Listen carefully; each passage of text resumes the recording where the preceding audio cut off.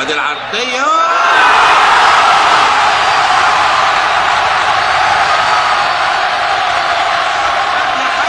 في الدقيقة الأولى من زمن الشوط الثاني. لسه بقول لحضراتكم من إحدى البقاع السحرية في الملعب. يا سلام عليك يا حسن، يا سلام عليك يا محمود، يا سلام عليك يا أحمد يا حسن. طول الوقت بقول أحمد حسن قطعا بيغني لمرمى نادي الزمالك وبيقول له فين طريقك، فين بتروحوا له منين؟ من عندك انت يا احمد، من عندك انت يا حسن. حلوه حلوه حلوه حلوه. الهدف الاول للنادي الاهلي في الدقيقه الثانيه من زمن المباراه. ادي العرضيه وادي احمد حسن.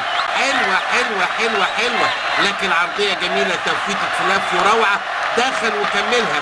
مقسومه لك يا ابني، مكتوبه لك يا ابني. طب هو لو ما لمسهاش هتخش؟ اعتقد انها هتخش، لكن هو اللي لمسها. اتحسبت باسمك يا احمد حسن. الهدف لا معتز ايده عايز يشوط حسام مره ثانيه. يفتح في الشمال، يفتح سيد معوض. سيد هيستلم سيد، والمتقنه مش متقنه، مش مظبوطه.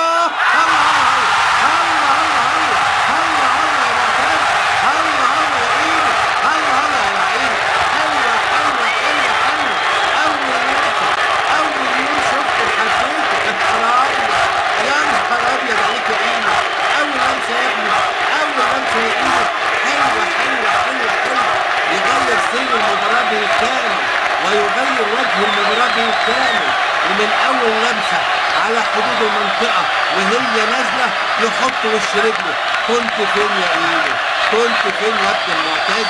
حلوة حلوة حلوة. روح لجوزيه عشان يلعبك قبل من البداية. حلوة يا معتز، جميلة جميلة جميلة. يا خلي بالك. أدي الكورة أهي، وأدي القطع من هاني سعيد أهو، وأدي إيده أهو، ولبست أهو. حلوة حلوة حلوة. سيد معوض عملها، اتقطعت من هاني سعيد راحت لمعتز ايده. جميله جميله جميله جميله. يا على الجمال والحلاوه، يا على الدلال والطعامه.